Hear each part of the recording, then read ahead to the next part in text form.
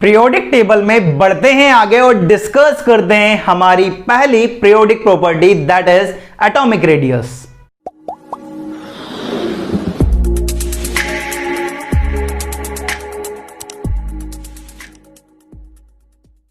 Hello everyone, this is chemistry Baba. Welcome to chemistry Adda MP04 master stroke chemistry batch for NEET and IIT JEE। अपन periodic table पढ़ रहे थे। Periodic table में अभी तक अपन ने क्या क्या पढ़ लिया, थोड़ा सा मैं आपको रिवाइज कराने की कोशिश करूंगा। सबसे पहले अपन ने डेवलपमेंट पढ़ा कि किस तरह से हमारा मॉडर्न पीरियोडिक टेबल डेवलप हुआ। मेंडलीव की अपन ने बात करी। मॉडर्न पीरियोडिक टेबल में जो ऑब्जर्वेशन थी उनकी अपन ने बात करी। फिर अपन ने कहा कि अगर हमें पीरियोडिक प्रॉपर्टीज को समझना है, चार पीरियोडिक प्रॉपर्टीज पढ़ना है जिसमें एटॉमिक रेडियस है, आयनाइजेशन पोटेंशियल है, electron affinity and electron negativity है। अगर इन पीरियोडिक प्रॉपर्टी को समझना है तो हमें दो कॉन्सेप्ट को समझना पड़ेगा, पहला स्क्रीनिंग इफेक्ट और दूसरा इफेक्टिव न्यूक्लियर चार्ज, जिसकी अपन बात कर चुके हैं। आज अपन पहली periodic property atomic radius discuss करेंगे कि एटॉमिक रेडियस क्या होती है, वेरियस टाइप ऑफ जो रेडियस होती है उनकी अपन बात करेंगे, किस तरह से वो चेंज होती है उनकी बात करेंगे। ठीक है, तो आज का हमारा टॉपिक होने वाला है एटॉमिक रेडियस। तो सबसे पहला क्वेश्चन तो यही आता है यार कि ये एटॉमिक रेडियस क्या होता है। आप मैथ्स अगर अपने पढ़ी होगी, 10 तक तो मैथ्स पढ़ी है ना यार सबने। ठीक है, 10 तक अगर मैथ्स पढ़ी तो आपको पता होगा सर्कल की रेडियस क्या होता था कि सर्कल के सेंटर और जो उसका क्या होता था, पेरिफेरी। ठीक है, तो उनके बीच का जो डिस्टेंस होता था, जो दूरी होती थी, वही क्या होता था, उसका रेडियस। तो एटॉमिक रेडियस क्या होता है उसकी बात करेंगे। तो एटॉमिक रेडियस होता है डिस्टेंस बिटवीन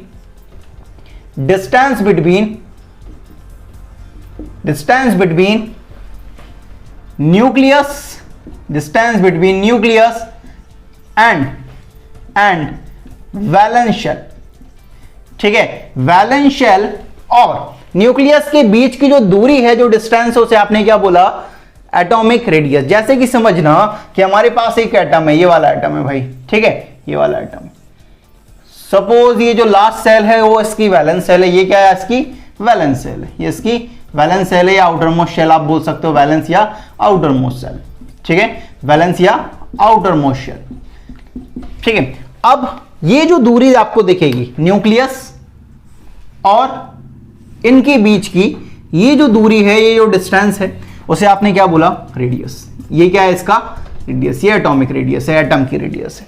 ठीक है, तो एटॉमिक रेडियस को अपन ने कुछ इस तरह से डिफाइन किया कि न्यूक्लियस और आउटर मोस्ट शेल या बैलेंस सेल जिसे आप बोलते हो, उनके बीच में जो डिस्टेंस है, जो दूरी है, उसे आपने क्या बोला, एटॉमिक रेडियस। अब जो रेडियस है वो हमारे पास अलग अलग टाइप की आती है, जिसमें सबसे पहले हमारे पास है, ठीक है, डिफरेंट टाइप ऑफ रेडियस में सबसे पहली है हमारे पास कोवेलेंट रेडियस। क्या है हमारे पास, कोवेलेंट रेडियस। आपने कोवेलेंट बॉन्ड का नाम सुना होगा यार 10 तक। ठीक है, 11th में अगर आप पहली बार इन चीजों को पढ़ रहे हैं, 10 तक आपने पहले नाम सुना होगा कोवेलेंट का। ठीक है, और ड्रॉपर्स हैं वो तो बहुत अच्छी तरीके से जानते होंगे कोवेलेंट बॉन्ड क्या होता है।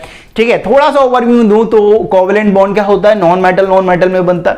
ठीक है, और इक्वल शेयरिंग ऑफ इलेक्ट्रॉन से बनता है कि दोनों जो एटम है वो एक एक इलेक्ट्रॉन कंट्रीब्यूट करते हैं और बॉन्ड को फॉर्म करते हैं। अब कोवेलेंट रेडियस क्या होती है, जैसे कि समझना हमारे पास दो एटम हैं जो कोवेलेंट बॉन्ड से बॉन्डेड है।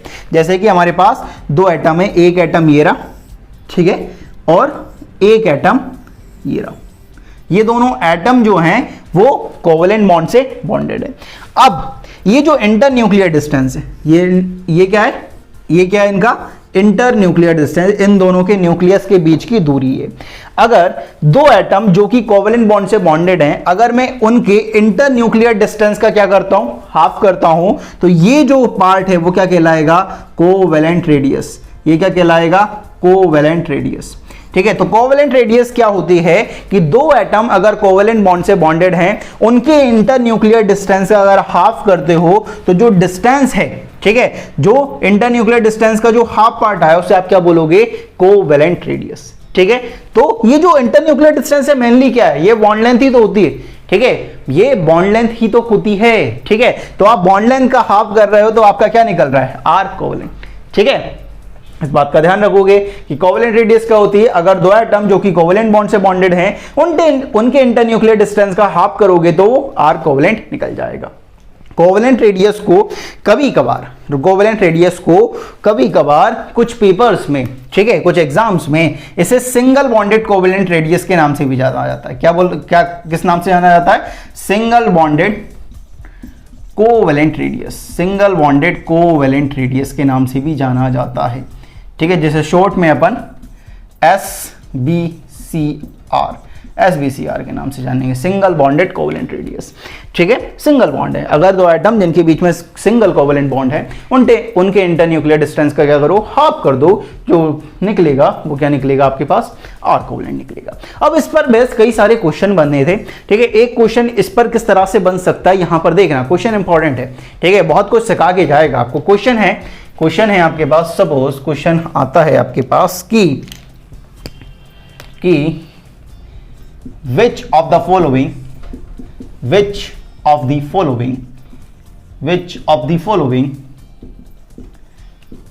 can be used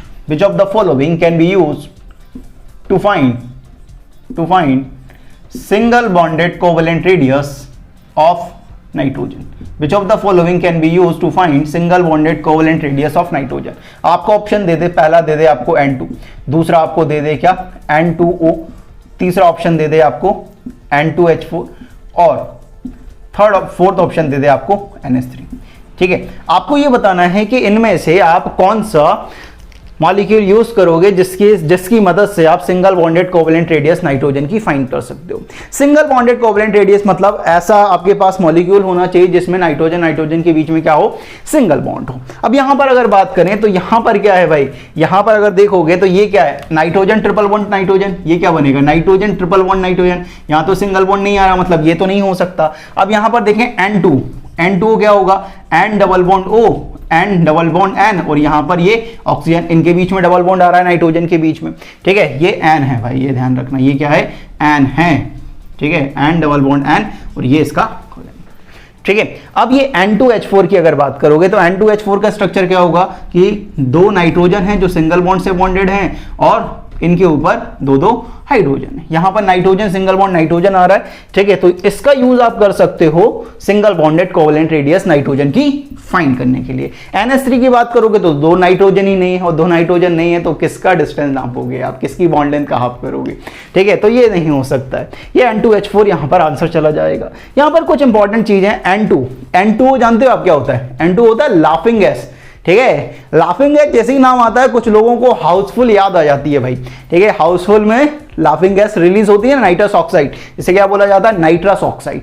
nitrous oxide जो है वो उसे लाफिंग गैस कहा जाता है, लेकिन जो हमारी बॉलीवुड मूवी होती है, ठीक है, उनमें कुछ बड़ा चढ़ा के बताया जाता है, ठीक है। नाइट्रस ऑक्साइड लाफिंग गैस जरूर होती है, ठीक है, लेकिन इतनी भी हंसी नहीं निकलती कि तुम भाई हंसे ही जा रहे हो, ठीक है। तो ऐसा नहीं है भाई, लाफिंग गैस मतलब सिर्फ आपकी जो मसल्स होती हैं, फेशियल मसल, उसको थोड़ा सा क्या करता है, वो रिलैक्स करता है, ठीक है। आपको ऐसा लगता है कि आपका कोई बंदा जो है वो हंस रहा है, बंदा या बंदी, ठीक है, जो आप समझ सकते हो, ठीक है। तो जो भी है वो इस तरह से थोड़ा सा आपका मसल्स क्या हो जाता है, रिलैक्स हो जाता है उससे, ठीक है। इसका यूज किया जाता है क्या, जो डेंटिस्ट होते हैं वो एज ए एनेस्थेटिक एजेंट इस नाइट्रस ऑक्साइड का यूज करते हैं। तो इंपॉर्टेंट पॉइंट यहां पर ये है, लिख लेना भाई, ये जो नाइट्रस ऑक्साइड है ये क्या है हमारे पास, ये नाइट्रस ऑक्साइड है। N2O क्या होता है हमारे पास, नाइट्रस ऑक्साइड होता है, जो क्या होता है, लाफिंग गैस होता है, लाफिंग गैस, ठीक है, लाफिंग गैस होता है, ठीक है। इसका यूज किया जाता है, it is used as anesthetic agent in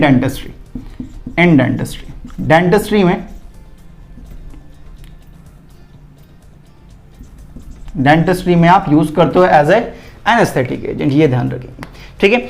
N2O का एक और काम है यार, ठीक है, यहां पर लिख लेना कि आपके पास पूरे पीरियोडिक टेबल में, ठीक है, 11th या 12th या जेईई या नीट के अकॉर्डिंग अगर बात करें तो आपके पास सिर्फ ऐसे 4 ऑक्साइड हैं जो लगातार आपसे पूछे जाते हैं कि न्यूट्रल ऑक्साइड कौन कौन से होते हैं। न्यूट्रल ऑक्साइड में सबसे पहला जो आपको याद आता है वो आता है वाटर, ठीक है। और भी ऑक्साइड है जो न्यूट्रल ऑक्साइड हैं भाई, ना एसिडिक है ना बेसिक है, न्यूट्रल है वो। अब वो कौन कौन से होते हैं उनका नाम लिख लेना भाई। आपके पास जो है वो है CO, ठीक है, आपके पास है NO, आपके पास है N2O, आपके पास है H2O।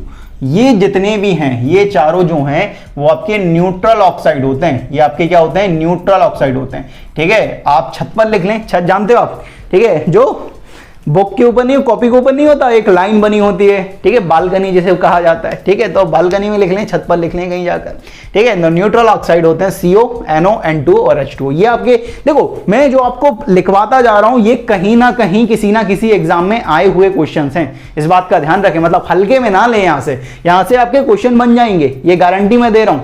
ठीक है, जो भी मैं चीज लिखवाते जा रहा हूं उन्हें आप बहुत अच्छी तरीके से लिखते चलें। ठीक है, वो कहीं ना कहीं किसी ना किसी एग्जाम में आया हुआ है, इस बात का ध्यान रखें।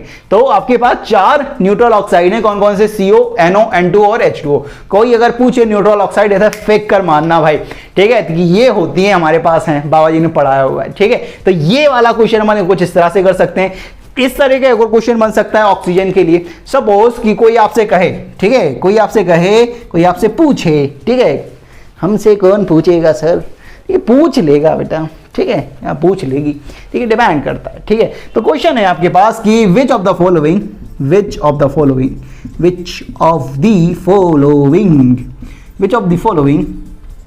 can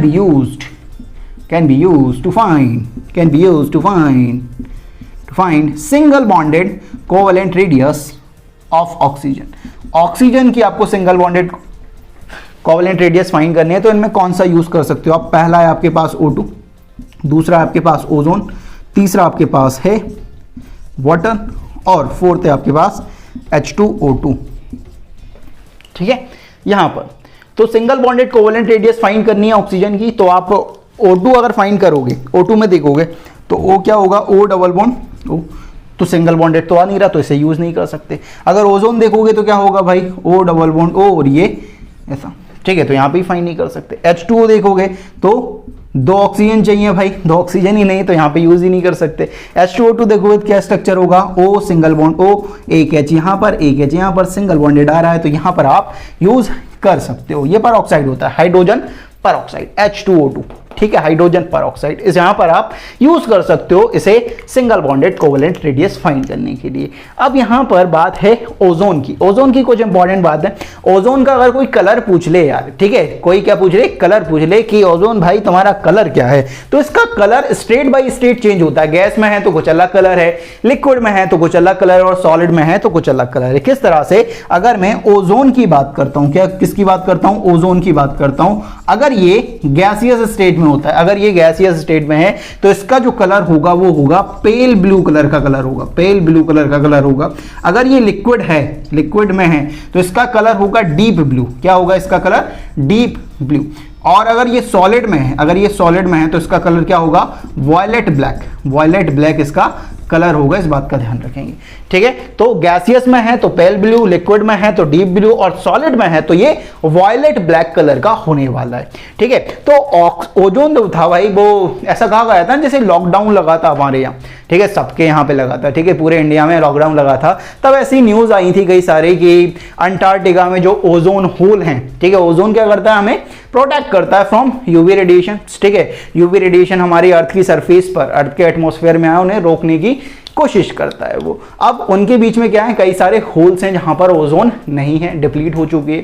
ठीक है, तो वहां पर ऐसा देखा गया था जैसे से लॉकडाउन हुआ था तो सारी चीजें बंद हो गई थी, आपके जितने व्हीकल्स थे वो ज्यादातर बंद ही थे।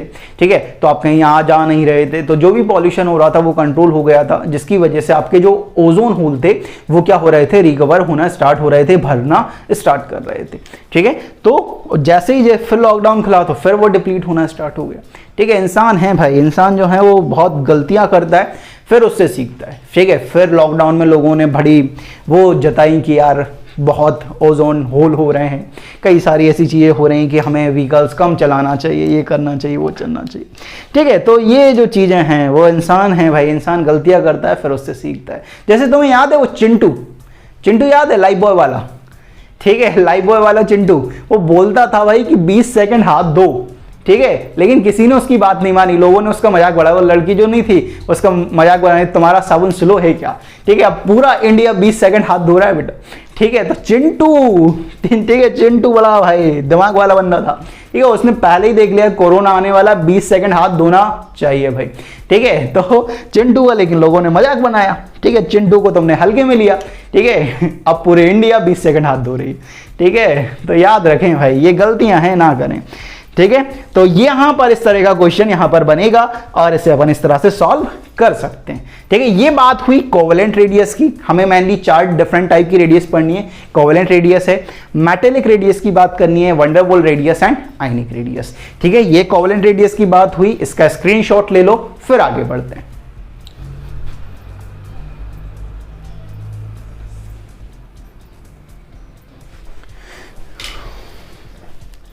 तो ले लिया आपने इसका स्क्रीनशॉट, आगे बढ़ते हैं और डिस्कस करते हैं मेटेलिक रेडियस, ठीक है। तो मेटेलिक रेडियस अपन डिस्कस करेंगे अभी। ये कोवेलेंट रेडियस की बात हुई, कोवेलेंट रेडियस। तो इस तरह के क्वेश्चन बन सकते हैं कोवेलेंट रेडियस में, ये ध्यान रखें, ठीक है। सिंगल बॉन्डेड कोवेलेंट वाले, ठीक है, इस तरह के क्वेश्चन बनेंगे और इस तरह के क्वेश्चन आएंगे तो तुम बड़े आराम से सॉल्व कर लोगे अब, ठीक है, क्योंकि अपन ने प्रैक्टिस कर ली है यार। इनऑर्गेनिक केमिस्ट्री को अगर समझना है तो ज्यादा से ज्यादा क्वेश्चन प्रैक्टिस कर लो। क्वेश्चन प्रैक्टिस जितनी कर लोगे उतने ज्यादा अपने नंबर फिक्स कर लोगे, ठीक है। तो इनऑर्गेनिक केमिस्ट्री में रटना कम करना है तो क्वेश्चन ज्यादा कर दो, नॉर्मल सी बात ये, ठीक है। तो अगर रटना नहीं है, याद नहीं करना है चीजों को, तो क्वेश्चन कर लो, ठीक है। क्वेश्चन जितने जल्दी कर लोगे, जितने ज्यादा कर लोगे, उतना ज्यादा आपके लिए क्या हो जाएगा, वो बेनिफिशियल हो जाएगा। इस बात का ध्यान रखो, ठीक है। आगे बढ़ते हैं, फिर अपन आगे बढ़ते हैं, नई चीजों को देखने की कोशिश करते हैं। आ जाओ। नेक्स्ट जो है हमारे पास वो है मेटेलिक रेडियस। नेक्स्ट जो है हमारे पास सेकंड, वो क्या है हमारे पास, metallic radius. Metallic radius, metallic radius, metallic radius. Metallic radius की बात करेंगे कि मेटेलिक रेडियस क्या होती है। तो सबसे पहले हमें कोवेलेंट बॉन्ड का थोड़ा सा अंदाजा था, लेकिन मेटेलिक रेडियस का बहुत सारे स्टूडेंट को बहुत गलत अंदाजा होता है या बहुत कम अंदाजा होता है कि metallic radius, metallic bond actual में होता क्या है। पहले मेटेलिक बॉन्ड को समझेंगे, उससे मेटेलिक रेडियस बहुत आराम से समझ आ जाएगी। कि मेटेलिक बॉन्ड को पहले समझते हैं कि मेटेलिक बॉन्ड क्या होता है। मेटेलिक बॉन्ड को समझने से पहले हमें एक टर्म पढ़ना पड़ेगा, उस टर्म का नाम है कर्नल, ठीक है, कर्नल, ठीक है। आर्मी वाला कर्नल नहीं है भाई, KERNEL वाला कर्नल है, ठीक है, इस बात का ध्यान रखें। तो आर्मी वाला कर्नल नहीं है, KERNEL वाला कर्नल है। अब ये कर्नल क्या होता है, आप एक एटम लो, आप एक एटम लो, उससे क्या करो, वैलेंस शेल या वैलेंस इलेक्ट्रॉन को हटा दो, जो बचा पार्ट है वो क्या कहलाएगा, आपका कर्नल, ठीक है। Remaining part of atom after removing valence shell और वैलेंस इलेक्ट्रॉन, उसे आप क्या बोलते हो, कर्नल। अब जो कर्नल है वो पॉजिटिव पार्ट रहेगा या नेगेटिव पार्ट रहेगा। नॉर्मल सी बात है, न्यूट्रल एटम था, आपने क्या करा, वैलेंस इलेक्ट्रॉन को हटाया, प्रोटॉन तो उतने ही रहे, ठीक है, इलेक्ट्रॉन कम होगा तो पॉजिटिव पार्ट रहेगा। तो कर्नल क्या होता है, पॉजिटिव पार्ट होता है, इस बात का ध्यान रखेंगे। तो कर्नल को अपन को जिस तरह से डिफाइन कर सकते हैं कि कर्नल क्या होता है, remaining part of atom, remaining part of atom, remaining part of atom after removing valence shell, after removing valence shell और वैलेंस इलेक्ट्रॉन, ठीक है। Remaining part of atom after removing valence shell और valence electron is called kernel. Kernel जो होता है वो positive part होता है, इस बात का ध्यान रखें, it is positive part, positive part होता है भाई, ठीक है, पॉजिटिव पार्ट होता है। अब क्या है, मेटेलिक बॉन्ड होता क्या है मेनली, सपोज कि ये कर्नल है आपके पास, कोई एटम था जिसमें आपने क्या किया, ये आपका कर्नल है, ये आपका कर्नल है, सपोज ये आपका कर्नल है एक, ये क्या है, पॉजिटिव पार्ट है, इस बात का ध्यान रखें, ठीक है। एक दूसरा एटम है, एक दूसरा एटम है, ये एटम रहा भाई, ये एटम, इनके ये वैलेंस इलेक्ट्रॉन है, ठीक है। तो ये एक एटम है और ये एक कर्नल है, ठीक है। एक एटम का कर्नल ये रहा और दूसरा एटम ये रहा। तो मेटेलिक बॉन्ड एक्चुअल में क्या होता है कि kernel of one atom and valence electron of another atom, एक एटम का कर्नल और दूसरे एटम के वैलेंस इलेक्ट्रॉन, इनके बीच में क्या होता है, इलेक्ट्रोस्टैटिक फोर्स ऑफ अट्रैक्शन काम करता है। इनके बीच में क्या होता है, इलेक्ट्रोस्टैटिक फोर्स ऑफ अट्रैक्शन काम करता है। इन दोनों के बीच में क्या काम कर रहा है, electrostatic force of attraction, electrostatic force of attraction काम करता है। उस इलेक्ट्रोस्टैटिक फोर्स ऑफ अट्रैक्शन को आप क्या बोलते हो, उसे आप क्या बोलते हो, इसे आप क्या बोलते हो, मेटेलिक बॉन्ड। याद रखना, इसे क्या बोलोगे आप, मेटेलिक बॉन्ड। उसे क्या बोलोगे आप, मेटेलिक बॉन्ड। ठीक है, तो मेटेलिक बॉन्ड एक्चुअल में क्या है कि आपके पास एक कर्नल है एटम, तो कर्नल है एटम का, कर्नल एटम का कर्नल का मतलब क्या है कि एक ऐसा एटम जिसमें बैलेंस इलेक्ट्रॉन या वैलेंस शेल नहीं है, वो है। दूसरा एटम है जिसके पास वैलेंस इलेक्ट्रॉन है। Balance electron of another atom and kernel of atom, इन दोनों के बीच में इलेक्ट्रोस्टैटिक फोर्स ऑफ अट्रैक्शन काम कर रही है। उस इलेक्ट्रोस्टैटिक फोर्स ऑफ अट्रैक्शन को आपने क्या करा, मेटेलिक बॉन्ड। अब दो एटम जो कि मेटेलिक बॉन्ड से बॉन्डेड हैं, उनके बॉन्ड लेंथ का, उनका बॉन्ड लेंथ का क्या करो, हाफ कर दो, तो जो पार्ट निकलेगा उसे आप क्या बोलोगे, metallic radius. Half of the distance between two atom bonded by the covalent bond is called metallic radius. याद रखेंगे। तो मेटेलिक रेडियस को अपन कुछ इस तरह से डिफाइन कर सकते हैं कि मेटेलिक बॉन्ड को समझ लिया बहुत अच्छी तरीके से, kernel of one atom and valence electron of another atom, इन दोनों के बीच में इलेक्ट्रोस्टैटिक फोर्स ऑफ अट्रैक्शन काम करती है। उस इलेक्ट्रोस्टैटिक फोर्स ऑफ अट्रैक्शन को क्या बोल दिया, मेटेलिक बॉन्ड। अब मेटेलिक बॉन्ड को समझते हैं कि मेटेलिक बॉन्ड होता क्या है, sorry metallic radius, metallic bond तो समझ लिया, मेटेलिक रेडियस क्या होगा। मेटेलिक रेडियस को अपन कुछ इस तरह से डिफाइन कर सकते हैं कि हाफ ऑफ द डिस्टेंस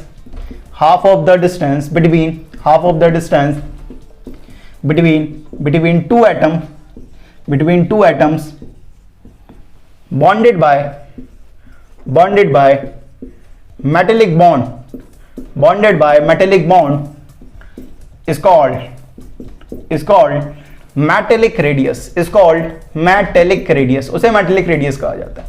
ठीक है, तो ये बात हुई मेटेलिक रेडियस की। नेक्स्ट जो थर्ड पार्ट है हमारे पास रेडियस का, वो है हमारे पास क्या, थर्ड जो पार्ट है हमारे पास वो है हमारे पास क्या, वो है हमारे पास वंडरवॉल रेडियस। क्या है, वंडरवॉल रेडियस। ठीक है, वंडरवॉल रेडियस जो होता है, वंडरवॉल जो बॉन्ड होता है वो वीकेस्ट फोर्स ऑफ अट्रैक्शन होता है। आप सब जानते हो वीक बॉन्ड आपके पास दो ही हैं, एक हाइड्रोजन बॉन्ड है और दूसरा क्या है, वंडरवॉल बॉन्ड है। ठीक है, मेरी जो बातें हैं भाई, ठीक है, मैं आपसे दोबारा कह रहा हूं, मेरी बातों को बहुत गौर से सुना करें आप। ठीक है, मैं कब क्या बोल जाऊं, ठीक है, और कब आपके वो पेपर में आ जाए, बहुत डिपेंड करता है। तो जब भी लेक्चर देखें बहुत शांतिपूर्वक देखें। ठीक है, मतलब आपकी जो चीजें, जो मैं मजाक में भी चीजें बोल रहा हूं ना, वो शायद आपके कई बार एग्जाम में आई हुई हैं। ठीक है, इस बात का ध्यान रखेंगे।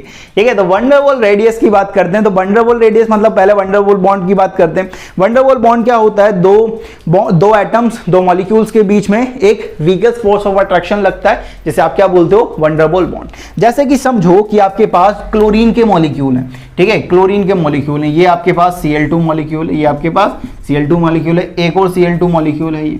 ठीक है, ये Cl2 मॉलिक्यूल है। इन दोनों के बीच में जो वीकेस्ट फोर्स ऑफ अट्रैक्शन लग रहा है, जो वीक फोर्स ऑफ अट्रैक्शन लग रहा है, उसे आपने क्या बोला, वंडरवॉल बॉन्ड। उसे आपने क्या बोला, वंडरवॉल बॉन्ड। अगर दो एटम जो कि वंडरवॉल बॉन्ड से बॉन्डेड हैं, उनके अगर इंटरन्यूक्लियर डिस्टेंस का क्या कर देते हो, हाफ कर देते हो, तो ये जो निकलेगा वो क्या निकलेगा, आर वंडरवॉल। इस बात का ध्यान रखेंगे। जैसे ये क्या निकला आपके पास, आर वंडरवॉल। ऐसा देखा जाता है कि ये जो वंडरवॉल रेडियस होती है, ठीक है, वो 2 टाइम्स ऑफ आर कोवेलेंट होती है। मतलब आर कोवेलेंट मतलब कोवेलेंट रेडियस से दुगनी होती है क्या, वंडरवॉल रेडियस। ठीक है, अगर कोवेलेंट रेडियस से दुगनी है तो एक बात समझ सकते हो कि अगर वंडरवॉल रेडियस ज्यादा है तो जो वंडरवॉल बॉन्ड होगा वो वीक होगा, क्योंकि रेडियस का ज्यादा होना इंटरन्यूक्लियर डिस्टेंस पर डिपेंड कर रहा है। और इंटरन्यूक्लियर डिस्टेंस कम या ज्यादा वो किस पर डिपेंड कर रहा है कि आपका जो बॉन्ड है वो स्ट्रॉन्ग है या वीक है। स्ट्रॉन्ग होगा तो इंटरन्यूक्लियर डिस्टेंस कम होगी, वीक होगा तो इंटरन्यूक्लियर डिस्टेंस ज्यादा होगी। तो यहां पर ऐसा देखा जाता है कि जो आर वंडरवॉल होता है, आर वंडरवॉल जो होता है वो 2 इंटू आर कोवेलेंट होता है। इस बात का ध्यान रखेंगे। ठीक है, आर वंडरवॉल जो होता है वो 2 इंटू आर कोवेलेंट होता है। अगर मैं रेडियस की बात करूंगी, सबसे ज्यादा रेडियस किसकी होगी, सबसे ज्यादा रेडियस वंडरवॉल रेडियस होती है, फिर उससे ज्यादा होती है मेटेलिक, उससे ज्यादा क्या होती है, मेटेलिक, फिर उससे ठीक, फिर उससे कम होती है किस क्या, आर कोवेलेंट। फिर सबसे कम किसकी होती है आयनिक।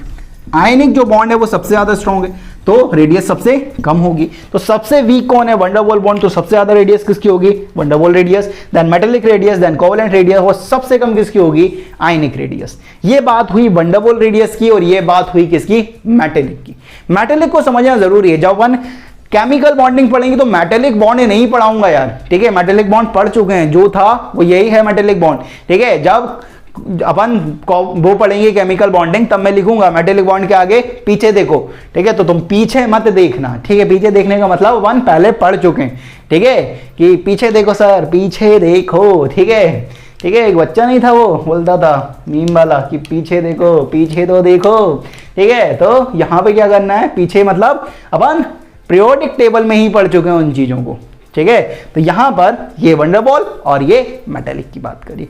नेक्स्ट जो है हमारे पास आयनिक रेडियस, उसकी बात करेंगे, लेकिन उससे पहले ले लो आप इसका स्क्रीनशॉट।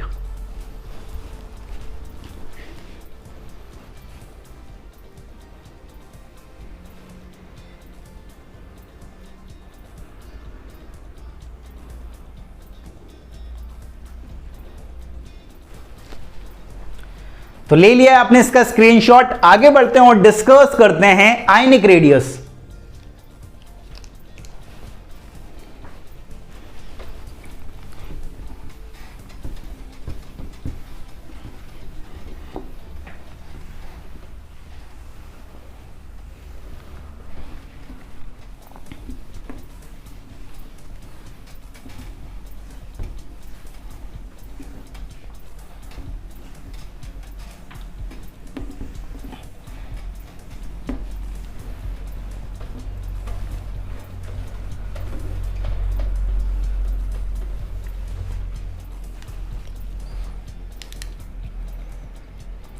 नेक्स्ट फोर्थ हमारे पास आता है भाई आयनिक रेडियस। फोर्थ क्या है हमारे पास, ionic radius. Ionic radius, ionic radius मतलब आयनिक बॉन्ड आप जानते हो, इलेक्ट्रोस्टैटिक फोर्स ऑफ अट्रैक्शन रहता है, दो चार्ज के बीच में काम करता है, ठीक है, जिसमें इक्वल ट्रांसफर ऑफ इलेक्ट्रॉन होता है, तब मेटल दो आपका आयनिक बॉन्ड फॉर्म होता है। आयनिक रेडियस की बात चल रही है तो आयंस की थोड़ी सी बात करते हैं कि आयंस क्या होते हैं, ठीक है। दो आयंस के बीच में ही बनेगा, तो आयंस की बात करते हैं कि आयंस जो है हमारे पास दो हैं, एक होता है हमारे पास कैटायन और दूसरा क्या होता है हमारे पास एन आयन, ठीक है। कैटायन होता है और दूसरा क्या होता है एन आयन। कैटायन की अगर बात करें तो कैटायन में क्या होता है, जैसे कि हमारे पास सोडियम है, ठीक है, जैसे कि हमारे पास सोडियम है, उसने क्या करा, एक इलेक्ट्रॉन लूज कर दिया और Na पॉजिटिव बना लिया, तो ये कैटायन बन गया, ठीक है। एनायन किस तरह से बना, जैसे हमारे पास फ्लोरीन था, उसने क्या करा, एक इलेक्ट्रॉन को एक्सेप्ट करा और क्या बना लिया, F negative.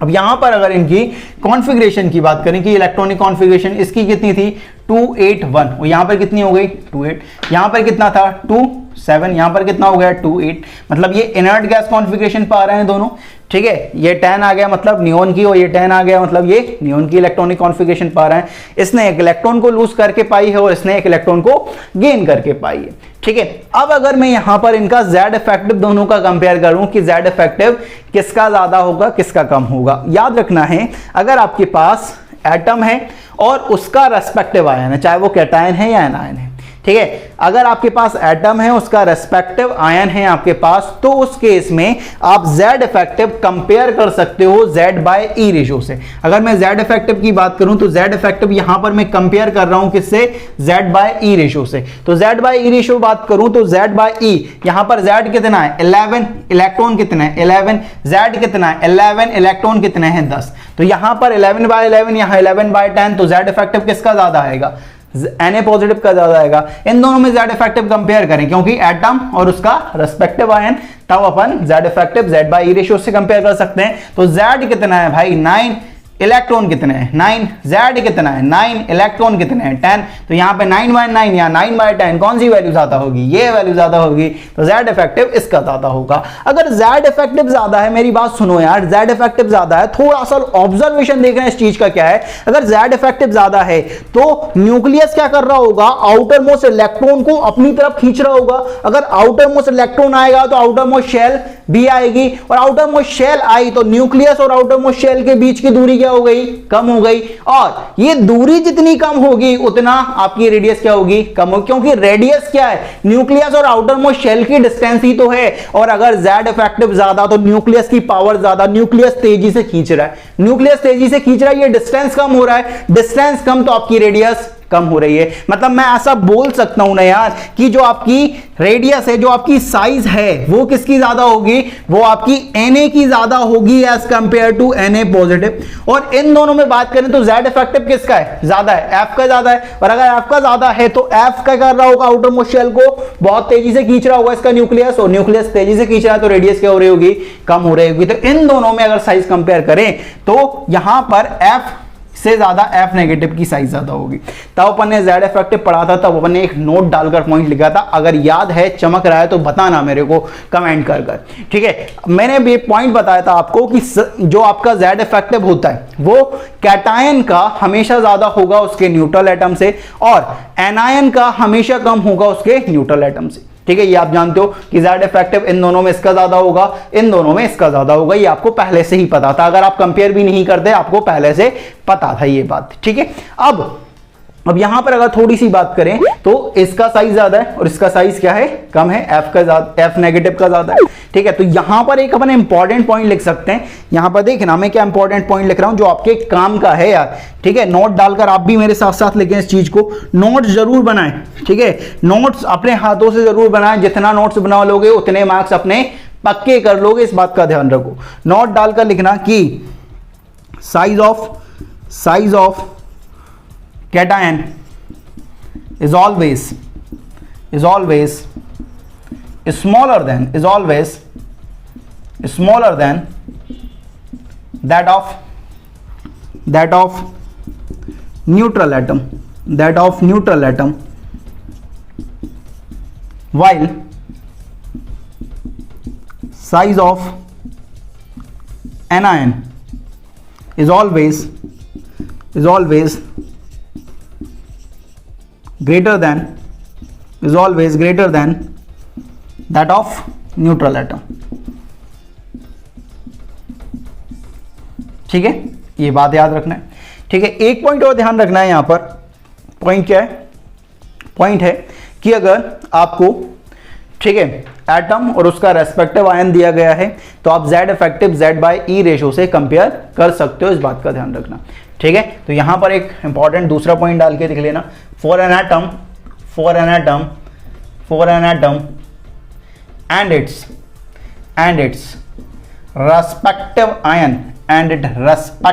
ion Z effective can be compared by Z/E से कंपेयर कर सकते हो, इस बात का ध्यान रखें, ठीक है। इस पॉइंट को थोड़ा सा मार कर लें भाई, ये आपके काम की चीज है, ठीक है। जब चमकेगा ना ये सारी चीजें तो बहुत ऐसा लगेगा अरे ये बहुत सरल चीजें हैं, ठीक है। तो इस पॉइंट को जरूर मार्क करें, अपने हाथों से लिखें यार, नोट जरूर बनाएं यार, ठीक है। बार बार कह रहा हूं आपसे, नोट जरूर बनाएं, ठीक है। जब आप अपनी चीजों को हाथों से लिखते हो तो उसकी बात ही कुछ अलग होती है, उसका जो रिजल्ट आता है ना वो लाजवाब आता है भाई, ठीक है। ये ध्यान रखो, ठीक है। तो इस पॉइंट को अपन आयनिक रेडियस को इस तरह से डिफाइन कर सकते हैं कि दो आयन के बीच में जो इलेक्ट्रोस्टैटिक फोर्स ऑफ अट्रैक्शन काम करता है उसे आयनिक बॉन्ड बोलते हैं। दो एटम जो आयनिक बॉन्ड से बॉन्डेड है उनके इंटरन्यूक्लियर डिस्टेंस का हाफ कर दो तो वो आयनिक रेडियस कहलाता है, सबसे कम होता है, ये आप सब जानते हो, इन सारी चीजों को अपन देख चुके हैं, ठीक है। नेक्स्ट एक छोटा सा टॉपिक और आता है जिसे अपन बोलते हैं क्या, आइसो इलेक्ट्रॉनिक स्पीसीज। बहुत इंपॉर्टेंट टॉपिक है, लगातार नीट में अगर बेसिकली बात करूं तो नीट में ज्यादातर क्वेश्चन आइसो इलेक्ट्रॉनिक स्पीसीज के देखे जाते हैं साइज के बेसिस पर। तो नेक्स्ट जो टॉपिक है हमारे पास उसे बहुत गौर से देखना, आइसो इलेक्ट्रॉनिक स्पीसीज। नीट वालों बड़े गौर से देखना, ठीक है। ऐसा नहीं कि जेई मेंस वाले आप भूल जाओ, नहीं भाई, यहां पर भी जेई मेंस में कई सारे क्वेश्चन आए हुए हैं इस बेसिस पर। Iso electronic species, iso electronic species क्या होती हैं उनकी बात करेंगे कि आइसो इलेक्ट्रॉनिक स्पीसीज क्या है। आइसो इलेक्ट्रॉनिक स्पीसीज की बात करें तो ऐसी स्पीसीज, ऐसे आयंस जिनके पास सेम नंबर ऑफ इलेक्ट्रॉन होते हैं, ठीक है, और वो सेम और डिफरेंट पीरियड से बिलोंग कर सकते हैं, ठीक है। आयंस और मॉलिक्यूल्स इसमें लिख सकते हैं, ions having same number of electrons,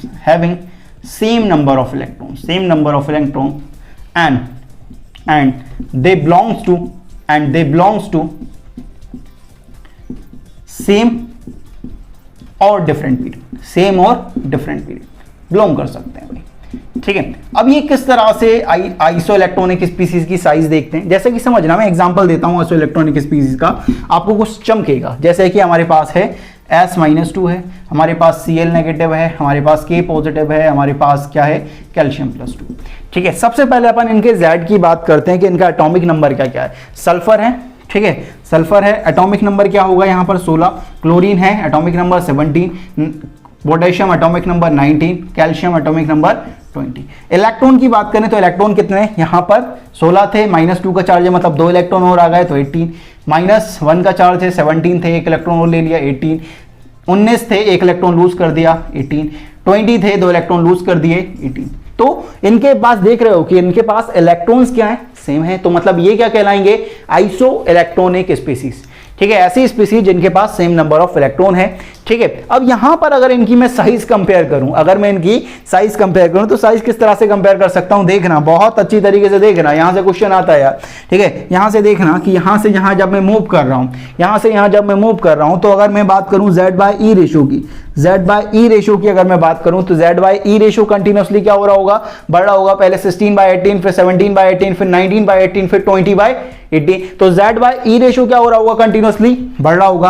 अगर Z/E रेशियो बढ़ रहा है तो Z इफेक्टिव क्या हो रहा होगा, बढ़ रहा होगा। अगर Z इफेक्टिव बढ़ रहा है तो साइज क्या हो रही होगी, कम हो रही होगी, क्योंकि Z इफेक्टिव ज्यादा होगा तो Z इफेक्टिव क्या कर रहा होगा, आउटर मोस्ट शेल को अपनी तरफ खींच रहा होगा, और जितना आउटर मोस्ट शेल को अपनी तरफ खींचेगा उतना रेडियस कम हो जाएगा, और जितना रेडियस कम होगा उतना साइज कम हो जाएगा। तो यहां पर अगर Z/E रेशियो बढ़ रहा है तो Z इफेक्टिव बढ़ रहा है, और Z इफेक्टिव बढ़ रहा है तो साइज का क्या हो रहा होगा, साइज भाई कम हो रही होगी, बढ़ नहीं रही होगी, साइज क्या हो रही होगी, कम हो रही होगी। तो सबसे ज्यादा साइज S- होगी, then Cl negative, then K positive, और लास्ट में किसका, Ca+2।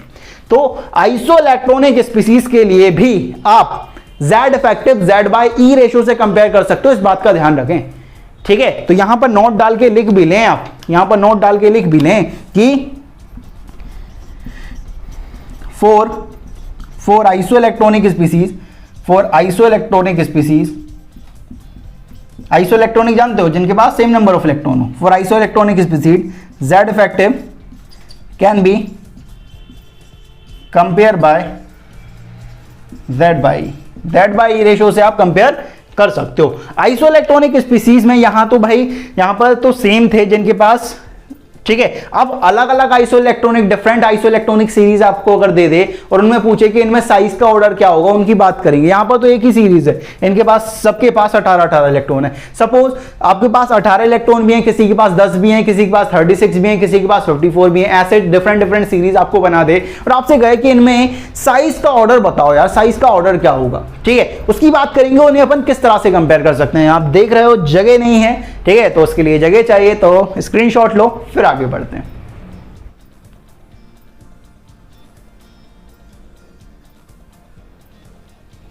तो ले लिया आपने इसका स्क्रीनशॉट, आगे बढ़ते हैं और डिस्कस करते हैं next question on iso electronic series. Suppose कि आपको कुछ इस तरह से क्वेश्चन दे कि आपसे पूछे कि भाई ऑर्डर ऑफ साइज क्या होगा, आपसे पूछे क्या ऑर्डर ऑफ साइज क्या होगा, कि साइज का ऑर्डर क्या होगा, आपको अलग अलग स्पीसीज दे दे। जैसे आपसे कहे कि आपके पास Mg+2 है, आपसे कहे कि आपके पास F नेगेटिव है, आपसे कहे आपके पास S-2 है, आपसे कहे कि आपके पास Cl नेगेटिव है, आपसे कहे कि आपके पास क्या है, आपके पास है Te-2, आपसे कहे आपके पास क्या है I नेगेटिव, आपसे कहे आपके पास क्या है Ba+2, ठीक है। तो इनको आपको क्या करना है, एक साइज के ऑर्डर में अरेंज करना है। अब सबसे पहले तो यहां पर इनका इलेक्ट्रॉन अपन को देखना पड़ेगा और इनका Z देखना पड़ेगा कि Z कितना है और इलेक्ट्रॉन कितना है। यहां पर अगर Z की बात करेंगे तो Z कितना आएगा, यहां पर एटॉमिक नंबर, यहां पर इसका 12 होगा, इसका 9 होगा, ठीक है, इसके पास 16 होगा, इसका 17 होगा, ठीक है। इसकी अगर बात करोगे तो इसका कितना होगा भाई, इसका कितना होगा, इसका होगा 52, इसका होगा 53 और इसका कितना होगा 56। अगर इलेक्ट्रॉन की बात करें तो इलेक्ट्रॉन कितने होंगे, यहां पर इसके पास 10 हैं, यहां पर 10 हैं, यहां पर इसके पास कितने 18, यहां पर 18, यहां पर इसके पास 54, यहां पर 54 और यहां पर 54। आप देख रहे होंगे ये एक अलग आइसोइलेक्ट्रॉनिक सीरीज है, ये अलग एक आइसोइलेक्ट्रॉनिक सीरीज है और ये अलग एक आइसोइलेक्ट्रॉनिक सीरीज है, ठीक है, ये 10 इलेक्ट्रॉन वाले हैं, ये 18 इलेक्ट्रॉन वाले हैं और ये 54 इलेक्ट्रॉन वाले हैं। ठीक है, अब इनको आपको अरेंज करना है साइज के ऑर्डर पर। एक बात बताओ यार कि अगर इनके पास इलेक्ट्रॉन ज्यादा है, इसके 10 इलेक्ट्रॉन है, फिर इसके पास 18 इलेक्ट्रॉन है, फिर इसके पास 54 इलेक्ट्रॉन है, अगर इलेक्ट्रॉन ज्यादा होंगे तो शेल भी ज्यादा होगी। ठीक है, इलेक्ट्रॉन ज्यादा हैं तो शेल भी ज्यादा, और शेल ज्यादा है तो न्यूक्लियस और आउटर मोस्ट शेल की दूरी भी ज्यादा होगी, आपको पता है। ठीक है, अगर साइज ज्यादा हो गया, एटॉमिक रेडियस ज्यादा होगी तो साइज भी ज्यादा होगी। एक बात तो कंफर्म है, जो 54 वाले इलेक्ट्रॉन हैं उनकी साइज 18 वालों से ज्यादा होगी, और जो 18 इलेक्ट्रॉन वाले हैं उनकी साइज 10 इलेक्ट्रॉन वालों से ज्यादा होंगी, क्योंकि यहां पर शेल ज्यादा होंगी, यहां पर उससे कम होंगी, और सबसे कम शेल किस पर होंगी, इस पर, क्योंकि इलेक्ट्रॉन्स कम है, और इलेक्ट्रॉन्स कम है तो शेल कम है, और शेल कम है तो साइज भी क्या होगी, कम होगी, आप जानते हो। ठीक है, अब यहां पर अगर बात करें तो अब हमें पहले तो ये निकालना पड़ेगा, इनका आइसो इलेक्ट्रॉनिक सीरीज है।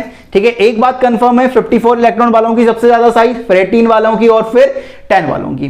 तो अब सबसे पहले तो इनमें देख लेना कि 10 वालों में इन दोनों में किसकी साइज ज्यादा होगी। तो इन दोनों में बात करें तो यहां से यहां अगर मैं देखूं, यहां से यहां अगर देखूं तो Z/E रेशियो क्या हो रहा होगा, यहां पर अगर बात करूं तो Z/E रेशियो अगर बात करें तो Z/E रेशियो क्या हो रहा है, कम हो रहा है। Z/E रेशियो क्या हो रहा है, यहां पर 12/10 है या 9/10 है तो Z/E रेशियो क्या हो गया, कम हो गया, और Z/E रेशियो कम हो गया तो Z इफेक्टिव क्या हो गया, कम हो गया, और Z इफेक्टिव कम हो गया तो साइज क्या हो गई, बढ़ गई। तो इन दोनों में से किसकी साइज ज्यादा होगी, F नेगेटिव की। अगर इन दोनों में बात करें, इन दोनों में Z/E रेशियो की बात करें तो Z/E रेशियो क्या हो रहा होगा, बढ़ रहा होगा, और Z/E रेशियो बढ़ रहा है तो Z इफेक्टिव क्या हो रहा होगा, बढ़ रहा होगा, और Z इफेक्टिव बढ़ रहा है तो साइज क्या हो रही होगी, कम हो रही होगी। मतलब S-2 की क्या हो रही होगी, साइज Cl नेगेटिव से ज्यादा होगी। इन तीनों में अगर कंपेयर करें तो यहां पर Z/E रेशियो की बात करूं, क्योंकि आइसोइलेक्ट्रॉनिक सीरीज में Z इफेक्टिव हम Z/E रेशियो से कंपेयर कर सकते हैं, तो यहां पर Z/E रेशियो कंटिन्यूअसली क्या हो रहा होगा, बढ़ रहा होगा। Z/E रेशियो बढ़ रहा तो Z इफेक्टिव बढ़ रहा हो, Z इफेक्टिव बढ़ रहा है तो साइज क्या हो रही होगी, कम हो रही होगी। मतलब ऐसा ऑर्डर आने वाला है। तो अब अगर यहां पर मैं ऑर्डर में अरेंज करूं तो ऑर्डर कुछ इस तरह से रहेगा, सबसे ज्यादा साइज रहेगा Te-2 का, फिर रहेगा किसका, I नेगेटिव का, फिर रहेगा Ba+2 का। ठीक है, अब इनके बाद 18 वाले आएंगे, 18 वालों में किसका होगा, S-2 का ज्यादा होगा देन Cl नेगेटिव से। फिर इन दोनों में बात करें तो किसका ज्यादा होगा, F नेगेटिव का ज्यादा होगा, और सबसे लास्ट में कौन आ जाएगा, Mg+2। ये आपका ऑर्डर रहने वाला है साइज का, ये आपका साइज का ऑर्डर होने वाला है। ठीक है, तो अगर आपको डिफरेंट आइसोइलेक्ट्रॉनिक सीरीज दें तब आप उनकी साइज कंपेयर करोगे on the basis of number of shell. यहां पर नंबर ऑफ शेल ज्यादा होंगी वहां पर आपका साइज ज्यादा होगा, और जहां पर नंबर ऑफ शेल कम होंगी वहां पर आपका साइज क्या हो जाएगा, कम हो जाएगा। इस बात का ध्यान रखें। ठीक है, तो ये डिफरेंट आइसोइलेक्ट्रॉनिक सीरीज है, तो याद रखना है, यहां पर एक नोट डालकर पॉइंट लिख लें आपके लिए। ठीक है, नोट में लिखवाऊंगा, नोट आपको लिखना पड़ेगा। क्या है नोट, ये है कि अगर आपको डिफरेंट आइसोइलेक्ट्रॉनिक सीरीज गिवन है, क्या है, different isoelectronic series, different isoelectronic series आपको गिवन है, डिफरेंट आइसोइलेक्ट्रॉनिक सीरीज आपको गिवन है, तो उनकी जो साइज है आप कंपेयर करते हो on the basis of number of shell, number of shell के बेसिस पर, कि अगर नंबर ऑफ शेल आपकी ज्यादा होंगी, अगर आपकी नंबर ऑफ शेल ज्यादा होंगी तो आपकी जो साइज होगी वो भी क्या हो जाएगी, ज्यादा हो जाएगी। मतलब जो 86 वाले इलेक्ट्रॉन्स रहेंगे उनकी साइज सबसे ज्यादा, फिर 54 इलेक्ट्रॉन्स वालों की रहेगी, फिर 36 इलेक्ट्रॉन वालों की रहेगी, फिर 18 इलेक्ट्रॉन वालों की रहेगी, और फिर 10 इलेक्ट्रॉन वालों की रहेगी। इस तरह से आपकी जो साइज का ऑर्डर रहेगा वो कुछ इस तरह से आ जाएगा, इस बात का ध्यान रखेंगे। ठीक है, तो इस तरह से आप इसे कर सकते हो। एक छोटे मोटे और क्वेश्चन बनते हैं, जैसे कि क्वेश्चन बनेगा कुछ इस तरह से, छोटे मोटे। ठीक है, चिंटू क्वेश्चन आपके लिए। ठीक है, चिंटू क्वेश्चन क्या बनेगा कि ऑर्डर ऑफ साइज का ऑर्डर क्या होगा। जैसे आपसे कहा जाए कि O नेगेटिव O-2 कि इनमें क्या करो भाई, साइज वो बताओ भाई कि इनका साइज का ऑर्डर क्या होगा। अगर एक ही एटम क्या कर रहा है भाई, अगर एक ही एटम यहां पर डिफरेंट आयन बना रहा है, ठीक है, तो अपन उसका Z इफेक्टिव किससे कंपेयर कर सकते हैं, Z/E रेशियो से। यहां पर देखो क्या होने वाला है। यहां पर अगर Z देखोगे तो Z कितना है, यहां पर Z यहां पर है आपके पास कितना, 8 इलेक्ट्रॉन कितने हैं, 8, 9 और 10। तो यहां से यहां क्या हो रहा होगा, Z/E रेशियो क्या हो रहा होगा, Z/E रेशियो कंटिन्यूअसली क्या हो रहा होगा, डिक्रीमेंट हो रहा होगा, और Z/E रेशियो कम हो रहा है तो Z इफेक्टिव भी क्या हो रहा है, कम हो रहा है। तो जो आपकी साइज हो रही होगी वो क्या हो रही होगी, बढ़ रही होगी। मतलब इससे साइज ज्यादा, इससे साइज ज्यादा। ठीक है, कोई आपसे कहे किसका भाई, कोई आपसे कहे कि Fe है, Fe पॉजिटिव है और Fe+2 है। ठीक है, इनमें साइज कंपेयर करो कि इनमें साइज क्या होगा भाई, तो आपको बहुत सिंपल है कि आपका Z देखोगे, Z कितना है भाई, सबका 56 आएगा, आयरन है तो 56 ही होगा। इलेक्ट्रॉन देखोगे तो इसके पास 56 है, इसके पास 55 है और इसके पास कितने हो जाएंगे, 54 हो जाएंगे। तो यहां से यहां देखोगे तो Z/E रेशियो क्या हो रहा होगा, Z/E रेशियो कंटिन्यूअसली बढ़ रहा होगा। Z/E रेशियो बढ़ रहा है तो Z इफेक्टिव क्या हो रहा होगा, बढ़ रहा होगा। Z इफेक्टिव बढ़ रहा है तो साइज क्या हो रही होगी, कम हो रही होगी, मतलब सबसे ज्यादा साइज Fe का, फिर Fe पॉजिटिव देन Fe+2। इस तरह के छोटे मोटे क्वेश्चन कभी बार आपको आइसोटॉप दे देता है यार। ठीक है, कहीं आपसे क्या कहे कि Cl35 और Cl37 इन दोनों का साइज कंपेयर करो, इन दोनों का साइज कंपेयर करो। ठीक है, तो यहां पर देखो इलेक्ट्रॉन भी सेम है, Z भी सेम है। ठीक है, Z इफेक्टिव में कोई चेंज नहीं आएगा। ठीक है, ऐसा मत समझ लेना ये 37 इलेक्ट्रॉन वाला है, 37 उसका मास है मेरे भाई। ठीक है, तो याद रखना है। तो ये आइसोटॉप्स हैं और आइसोटॉप की साइज तो बराबर होती है, इनका साइज बराबर होगा, ये आइसोटॉप्स हैं, इस बात का ध्यान रखें, ये आइसोटॉप्स हैं। कभी कभार आपको टेस्ट करता है वो कि यार भाई भावनाओं में तो नहीं भेजा है हमारे दोस्त। ठीक है, तो भावनाओं में नहीं भेजना है। ठीक है, इनको देखना है, ये 35 37 इनके मास नंबर हैं। ठीक है, इससे आइसोटॉप्स हैं और आइसोटॉप्स हैं तो इन्हें साइज बराबर होगी, ये कंफर्म बात है। ठीक है, तो यहां पर इस तरह के क्वेश्चन आपके फ्रेम होंगे आइसो इलेक्ट्रॉनिक सीरीज पर। ठीक है, और इस तरह से अपन इसे कर सकते हैं, बड़ा आसान है। ठीक है, अपन ने सिर्फ जो पढ़ा उसे अप्लाई करा और हमारा क्वेश्चन बड़ी आसानी से सॉल्व हो गया। इसका स्क्रीनशॉट लो, फिर आगे बात करते हैं। तो ले लिया आपने इसका स्क्रीनशॉट और आज अपन ने डिस्कस करें different type of radius, covalent radius, metallic radius, van der Waals radius, ionic radius और अच्छा important topic iso electronic series और उस पर जो वैरायटी ऑफ क्वेश्चन है वो variety of question chemistry Adda MP04 पर आपको बहुत अच्छी तरीके से मिलेंगे। वैरायटी ऑफ क्वेश्चन चाहिए तो केमिस्ट्री अड्डा MP04 आ जाओ भाई, भर भर के क्वेश्चन आपको मिलेंगे। आपका एक भी ऐसा क्वेश्चन नहीं होगा जो इसमें कवर्ड नहीं होगा। ठीक है, तो नोट साथ साथ में बनाते रहें जिससे आपका जो मोटिवेशन है वो बना रहे कि भाई जो पढ़ रहा हूं उसे बहुत अच्छी तरीके से मैं रिटेन भी कर सकता हूं आगे जाकर। ठीक है, अगर आपने एक बार पढ़ लिया फिर आपने नोट्स नहीं बनाए तो इनका कोई लॉजिक नहीं है यार। ठीक है, आपको मेन क्या है कि आपकी एग्जाम डेट तक ये सारी चीजें आपके दिमाग में रहे। दिमाग में कब रहेंगी, जब आप नोट्स बनाओगे, उन्हें रिवाइज करोगे। ठीक है, रेगुलर इंटरवल ऑफ टाइम पर। ठीक है, तो यहां पर अपन को जिस तरह से पढ़ेंगे, आगे जो अपन पढ़ने वाले हैं वो पढ़ने वाले हैं क्या, फैक्टर्स अफेक्टिंग एटॉमिक रेडियस, कि एस ब्लॉक में साइज का किस तरह का वेरिएशन होता है, डी ब्लॉक में किस तरह से होता है, लैंथेनोइड कॉन्ट्रैक्शन क्या होता है, इन सब की अपन बात करने वाले हैं नेक्स्ट वीडियो में। तो इस वीडियो में बाबा जी की तरफ से इतना ही, मिलते हैं नेक्स्ट वीडियो में नए कॉन्सेप्ट के साथ। लेकिन जाने से पहले लाइक, शेयर और सब्सक्राइब करना ना भूलें। मिलते हैं नेक्स्ट वीडियो में।